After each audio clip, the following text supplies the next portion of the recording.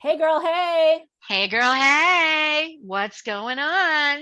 We are feisty Hey, today. We're feisty. everything. We are feisty. We are feisty. It's because we're talking about a good topic. We're talking about my favorite topic, Yeah, which we're, is we're going drum to roll. talk about getting over this issue with sales. We're going to talk about stop with the selling nonsense.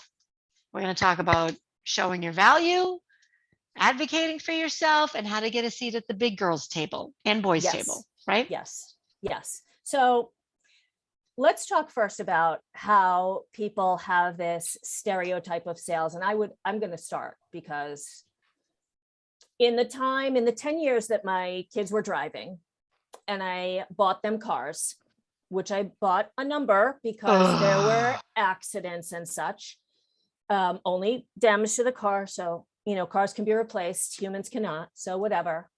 But I remember going in and just feeling so vulnerable into used car sales situations. And I remember specifically going to one where I was the only woman in the place. There were no other customers at the time, and there were three men. And I felt like the man I was dealing with was just talking to me like he was looking down my cleavage into my wallet. And I knew the second we started to have a conversation, I was like, there is no way I'm spending a penny here. So let me ask you a question because I love that you brought up car sales. Let's get back to that in a second. You want to know what I would do now? This isn't a question. If I don't click with somebody, I do it because I'm not going to waste my time. You know what? I feel like we're not clicking. Is there someone else that can help me? Yeah, that's a great way to do I it. do it. I do it. I do it with, I don't do it that often because usually I can kind of figure out what's going on Right, with someone. But if it's a waiter or a waitress, you know what? I can see you're having kind of a bad day and we want to have a great experience tonight. Is there someone else that can wait on us? right. And worst case scenario, they say no and they change their attitude. Best case scenario, they send you someone else. So back to the car salesman. Go. Yeah. So I think we have these, stereotypes of car salesmen or accident lawyers with cheesy billboards and you know what, I bet there's a ton of really great accident lawyers out there, but we look at them because of these other folks, right? It makes me think of Better Call Saul, um, Oh yeah. in a sense. Yeah. So I think we have to get past that. That's not how it is in every industry. And that's not how it is in all industries, right? Goes back to the whole generalizing anything, that you shouldn't really judge something by, but I think when you have a continued experience in a certain way, you're just like, this is how the whole thing is. So I'm glad you brought that up. I'm a career salesperson. I spent 30 to 40 years, maybe 30 years in sales. I never once was cheesy. I never Mm-hmm. once was a used car salesman. And I take offense to people being like, oh, I don't like selling, which I get it. I understand. I don't like selling either, but it's not, that's because when you look at it like I'm selling, I'm pushing something on you, I'm being aggressive, I'm being Saul, I'm being whoever, the ambulance chaser, of course you're going to hate it. So reframe and get over yourself because that's not what it is. It Right. is, are you in business or not? And if you're in business, you're not going to hang a shingle and people are going to come to your business. You have to go out there and nurture your relationships and nurture the business. Right. And I think you just said the key word. I think a lot of it is about relationships, right? Because I recently had somebody send me a Facebook message. She was a coach. She had friended me and immediately sent me a pitch. No engagement, no, hey, do you want to chat? None of that. And so in a matter of like 6 days, she kept sending me Facebook messages. And then I realized this person isn't even sending these herself. Right. Somebody else is sending this. Yeah. I got a fourth message. It's not that I'm trying to bother you, is how it started. Yeah, you are. And you are, and I'm just not answering you. And I'm gonna unfriend you because this is not, you don't even know if I'm your client. Mm-hmm. You haven't Mm-hmm. even vetted me. You could be wasting your time. So if you don't value your time, why should I value it? Totally agree. And that I think is the key to the reframe, which I really want to drive home to a lot of people because again, I had a very successful sales career. I was never fake. I was never in your face. It was, I have something that you value and I would love to be able to help you with your problem. Mhm. I'm not going to do it for free. So let's talk about what that might look like. And at the end of the day, everybody's happy. That's really what you're talking about. Mhm. So, it's the Better Call Saul, um, the Better Call Saul, it's too salesy or whatever the case is. That's on you, in my opinion. That's on you, and it's how you're approaching it. Because I never had to do that, and I was highly successful.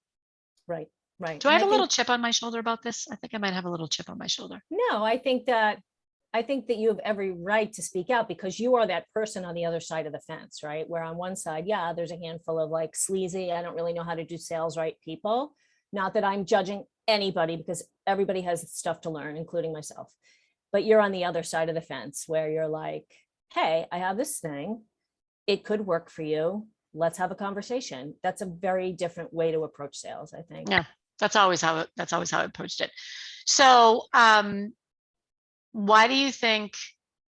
Okay, how often have you heard one of your male colleagues say, I don't want to be too salesy"?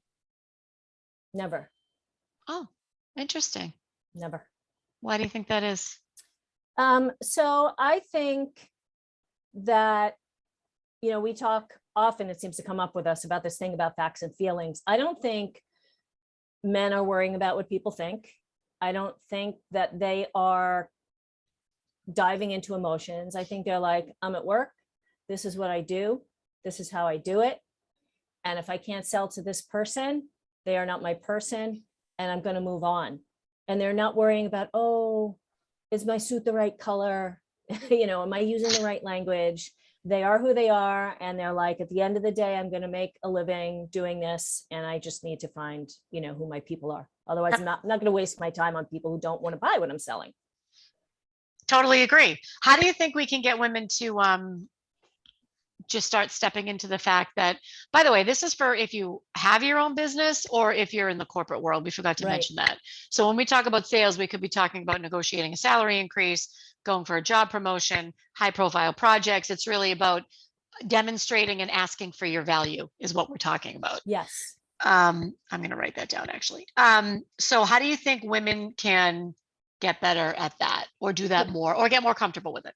Okay. So, and you can talk to this too from your side of things. So for me, I often think that the women in my circles are not that clear in their stuff, like their messaging, purpose, all that sort of stuff. And so therefore they're constantly dancing around what they say. And they're not saying the same thing every time. Or maybe they're uncomfortable with their elevator pitch. Like if you can't spout your elevator pitch or your tagline or, some copy that you have somewhere like on your website and you can't replicate it, you're not in touch with it. You're not living it, right? It's not coming from inside. Maybe it's something that you hired a specialist for and you were busy setting up your website and making connections and things, and you just kind of delegated that piece. I'm not saying doesn't have some of you in it, but you did not take the time to go deep enough in what you see as your value. And I think that matters on both sides, whether you're working for someone else as an employee or whether you are working for yourself. But if you can't speak clearly about it, you are not clear on what it is you're selling and what the value is. Totally agree. And by the way, we know this is hard. Yes. So I remember when I first started my business, I was all over the place. And I hired coaches and I hired writers and I hired copy editors and I hired copywriters. And I want to say it took a couple of years, honestly. Like, this is hard stuff. So my advice would be, yes, get everybody's feedback, then make it your own. What is it that you do? Why do you do it? And why would people hire you? Right. So, and the same thing for somebody that's in the corporate world. What are your strengths? Why do those matter? And why should somebody care? Which is, right. As you know, in the book. But that's tough. That's really tough. It is tough. And you know what else is tough, I think, for people to accept, particularly women, I'm going to say, you won't sell to everybody. Mm-hmm. Not everybody wants what you have. So sell to the people who want what you have. Mm-hmm. But if you want them to see the value, you have to believe in the value. So let's talk about that, because I think this is we've had many conversations about this and how you're valuing your time, AKA your rates, right? Yeah. Mhm. So I have a couple of friends that started their own businesses, and I think this was in a blog post of mine once.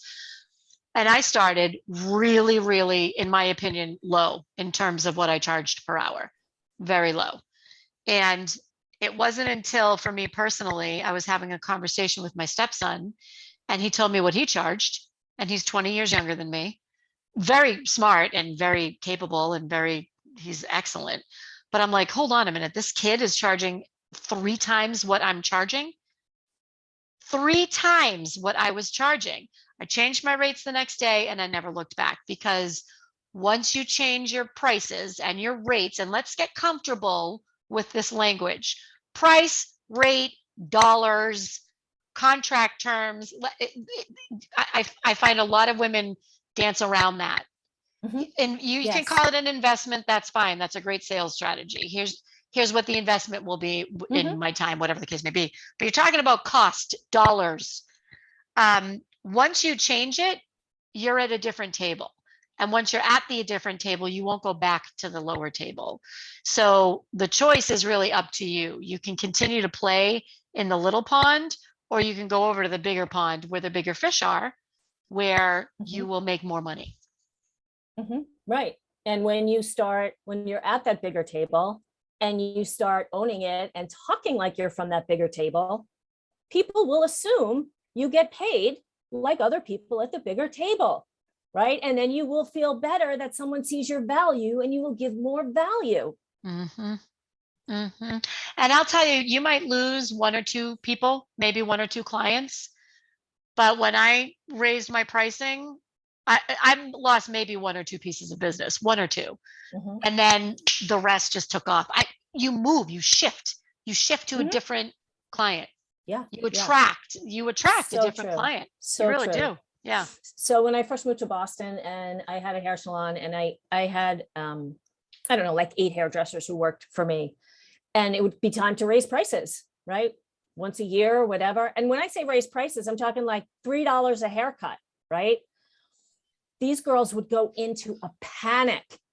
Oh my God, I'm going to lose clients. I'm going to lose clients. And I'd say, you know what? If you're going to lose clients over $3 to $5, let them go, because the new people are going to show up and they're only going to know the new price and they're going to tip you on the new price. Mm-hmm. So this is a Mm-hmm. no brainer. Less Mm-hmm. work for more money, right? It gives you time to do better work.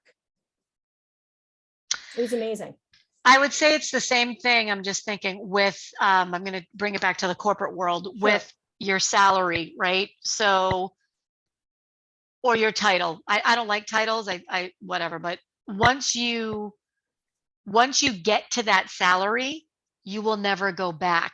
So if, let's say you're making $100,000 a year and you want to make $150,000 a year, the minute you say no to $130,000 a year, and you get that $150,000 a year, you are at that table. You're done with $100,000 a year.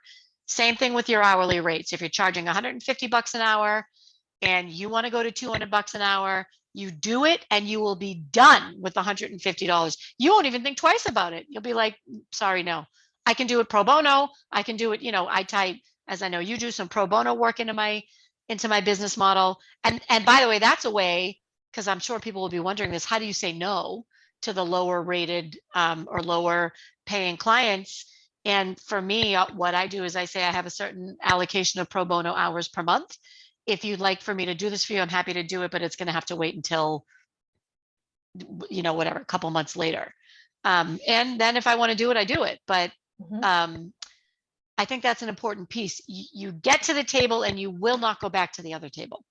Yes, I agree. And I'm going to follow that with, you know, I see a lot of women who are like, oh, it's salesy. Oh, I don't, want to take this much money. Oh, I can't raise my prices. And what happens is when you devalue your prices, you devalue other people's prices and think that you can tell other people that they shouldn't charge what they're charging because it makes you feel good that you're not charging enough.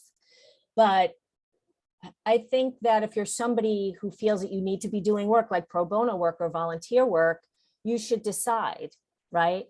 I'm going to go do X hours of volunteer work or pro Right. bono. Yep. And then the rest of the time, I'm going to charge what I'm worth, Right. right?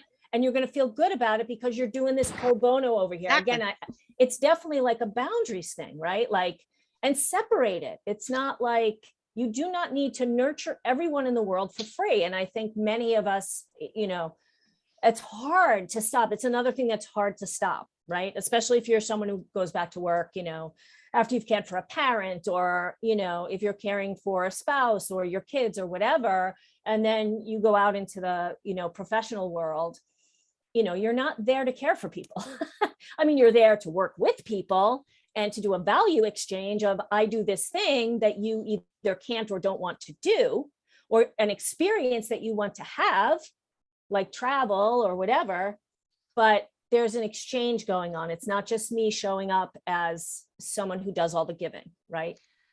So here, I totally agree. And as you were talking about pro bono, the other thing that I did that really changed the game for me was my pro bono work is in marginalized communities. I'm not going to do something for free because you're asking me to. I know where you live. I see the car you drive. I know what your business model is.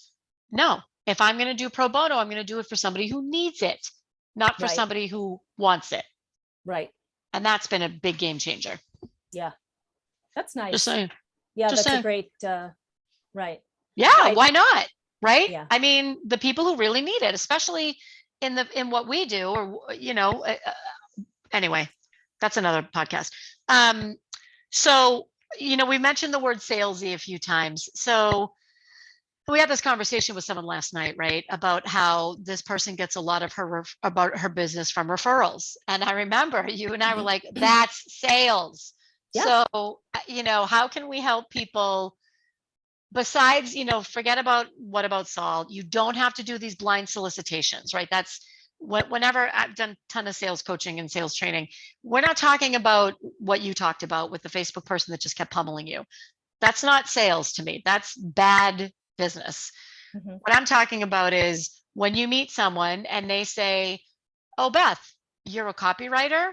I've been thinking about updating my website. Like, how would that fit in? How would you fit into that?"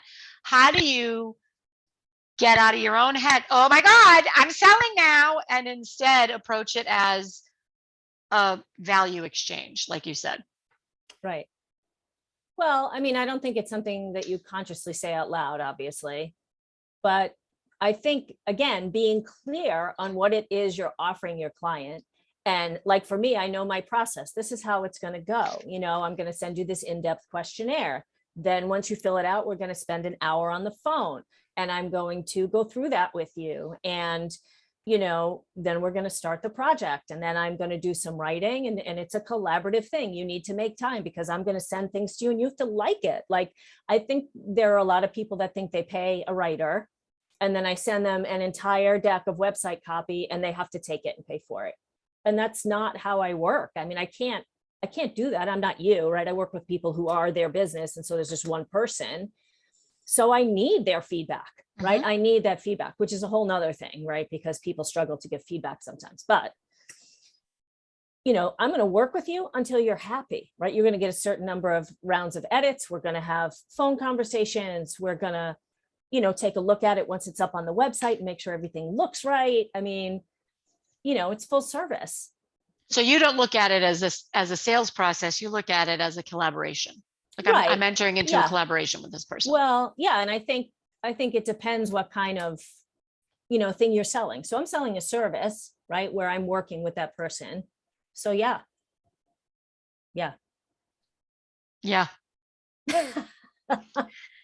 I'm trying to give people I'm trying to get to helping people overcome this fear of sales, right? And Right. and that's what we've been talking about for the past few minutes is, the other thing, and I think it might be a mutual friend of ours, maybe not. And this is where I just get tough. Like is it a hobby or a business? Mm-hmm. Yep. Are you in it? Do you want to make money, or do you want to make a lot of money, or and listen, if you want to chug along and be happy. If you're happy with your hourly rate and you're happy with the amount of business you have, great. But I don't hear people who are happy with that saying, I don't like sales or it's too salesy. They want more business, but they feel like it's yucky to try to go get more business. That's what I think. Or that's what I hear. Yes. Yeah. I think there's a couple things. I think they might feel yucky about going to get more business. Again, for whatever reason, maybe they're not secure or clear in what they're selling, confident in what to say about what they're selling and all that stuff. I also think there's FOMO around this area, because I think it's hard when you're like on my end of things, and I'm sure it also goes in corporate as well, but when you're around other people who are like, I'm going for it and I'm going to make $1 million and I'm going to do this, I'm going to do that. And you're like, I'm pretty okay over here working, 10 hours a week, making $50 an hour. But you have to decide that that's your goal, because maybe Exactly. you want flexibility in time, and that's what you're generating. You're generating enough money to get flexibility in time. Like for a long time, I had an issue with people saying, I'm going to have 10K months. I'm going to have 10K months. And I'd be like, oh my God, I'm going to die if I have to work that hard. And I was like, you know what? I don't have to want 10K months. I mean, Right. if I get there, great, but I don't have to beat myself into the ground or feel overwhelmed or less than if everyone else around me is going for 10K months. I need to say, good for them. Let me know how I can support you. I'm over here doing this because this is what works for me. So Exactly. I think it's easy to get pulled into that vortex of let's make, because I think when you say I'm going to make 10K a month, that's, to me, that sounds salesy. That sounds, I'm all about the money. I'm going to sell until I die, until I get 10K. And it's, and I guess that's okay if that's, people feel that way, right? I mean, there's nothing wrong with it, but like, I want to write stuff. I want to see my stuff out there, and I want people to be happy with what I write. Yeah. So there's a piece Yeah. of that for me too. Yeah. Yeah. I totally know what you're saying. And it's, yeah, I know what you're saying. And I think that you need to decide, this is for your career or your business. What is Right. going to be best for you? So Yes. you say 10K a month, I say 30K a month, right? But how many Right. 30K a month, how many 30Ks per month do I want? How many 30K months do I want? Because for me to have a 30K month, I'm going to have to be on a plane every week. I'm going to Yeah. be gone for 3 days a week, So, and for corporate people, same thing, 30K a month. Like this is $300,000 a year. That is a lot of money. Yes. There are probably some people listening to this podcast that's what they make in Mhm. corporate America. Great. How often are you on the road? How often are you missing your kid's soccer game? It's a choice, to Right. your point. Right. Are you working at night? Are you working on the weekends? Yeah. Right. Like, where are, what are your boundaries, and are there boundaries, and are you happy with them? So I do And, think that that's part of it too, that you have to be comfortable with what it is you want out of your business, and not to feel less than if other people want something different. the greatest moment of all, in my opinion, professionally, is when you are when you have that balance. Mhm. I could make 30K a month or 10K a month or whatever it is. But right now, I'm kind of happy doing what I'm doing. I don't need to grind. I don't want to Right. grind. This is why I went into business for myself, or this is why I work for this company, because I can live the life I want to live with purpose and passion and balance. And that's cool. So I think when you get to that point, your sales become less salesy and Mhm. more about, I love what I'm doing and I'm just going to keep doing what I'm doing. So maybe Right. that's part of the key, is to find that balance of, I don't want a 10K month. I'm happy with a 5K month if it means that I can do this, this, and this. Right. And work with clients that I love and people who love what I do for them. Yes.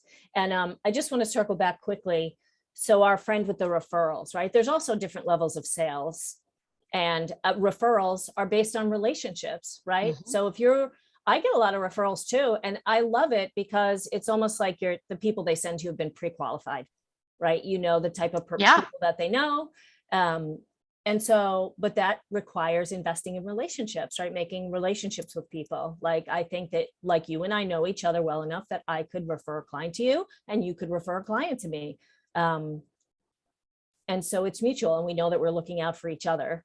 So I think that that's a big part of it too. If you like to have referrals, but you are still selling yourself to that referral, right? That's I mean, right.